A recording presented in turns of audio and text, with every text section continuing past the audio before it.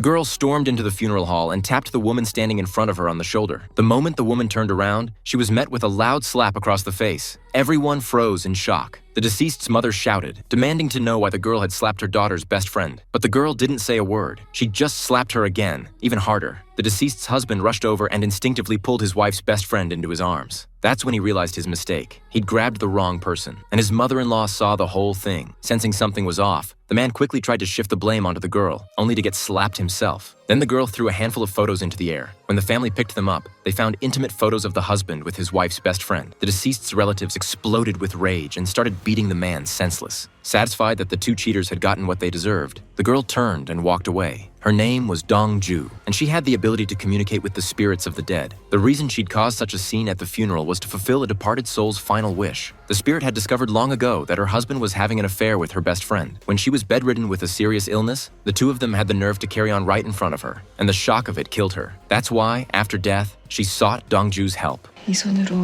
날 만져줘서 고마워요. 내 얘기 들어줘서 고마워요. 나 이제 눈 감을 수 있을 것 같아.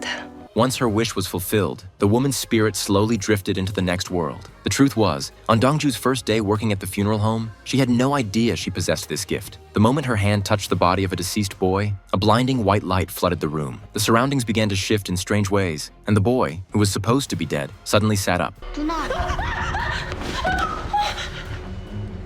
누나 왜 그래요? Dongju was terrified. She ran straight home, but no matter where she went, she kept hearing the boy's voice. With no other options, she went with her father to pray at a temple. But when her father found out she'd secretly taken a job at the funeral home, he was furious. He warned her never to go back. But then, his anger faded, and he pulled her into a hug, gently reassuring her that they'd figure something out. She thought the strange events were behind her, but when she went to the library to study, the boy's ghost appeared right in front of her again. 누나 왜 나 두고 왔어요? She panicked and ran, but before she got far, a baseball knocked her out cold. Desperate, she turned to a priest for help. He urged her to go back to the funeral home. Maybe that's where she'd find her answers. Dongju flat out refused. But the moment she stepped out of the church, she tripped and fell hard. She told the priest that ever since she encountered that boy, nothing but bad luck had followed her. The priest said maybe the answer to her problems lay with the boy himself. She had to go back to where it all started. Left with no choice, Dongju returned to the funeral home once again.